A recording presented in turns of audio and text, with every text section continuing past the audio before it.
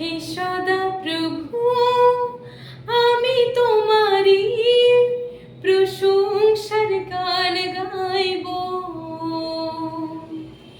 হে সদা প্রভু, আমি তোমারই প্রশংসার গান গাইব। তুমি মহান, তুমি মহান, তোমারই মতন আর কেহ নাই। তুমি মহান, তুমি মহান, তোমারই মতন আর কেহ নাই। হে সদা প্রভু, আমি তোমারই প্রশংসার গান গাইব। হে সদা প্রভু, আমি তোমারই প্রশংসার গান গাইব। জয় যিশু সকলকে। আজ আমি আপনাদের কাছে যে বচন তুলে ধরতে চাই তা হলো, আমরা যদি কোনো অন্ধকারময় পথে হেঁটে চলি তাহলে সামনে কোনো কুয়ো বা সামনে কোনো গর্তকে দেখতে পাই না, যার ফলে আমরা সেখানে পড়ে যেতে পারি এবং আমাদের শরীরের কোথাও ব্যথা লাগতে পারে।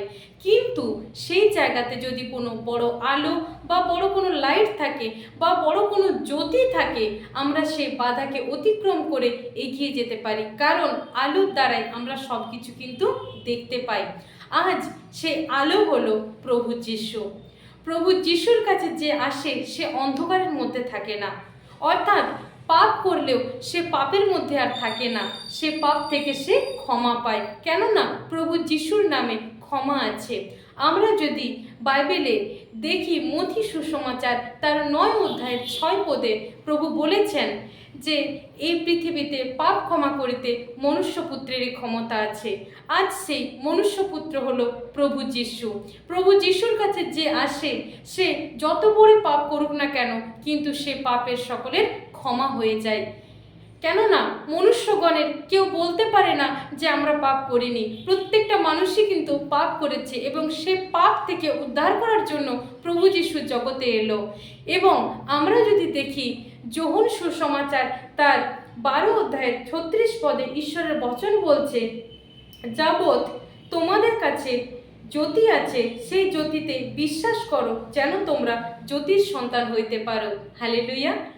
এই জন্য আপনারা সকলে প্রভুর কাছে আসুন এবং প্রভুকে যখন আপনি বিশ্বাস করতে থাকবেন, আপনার জীবন থেকে সমস্ত অন্ধকার সকল দূর হয়ে যাবে এবং আপনার জীবনে আলোর উদয় হবে।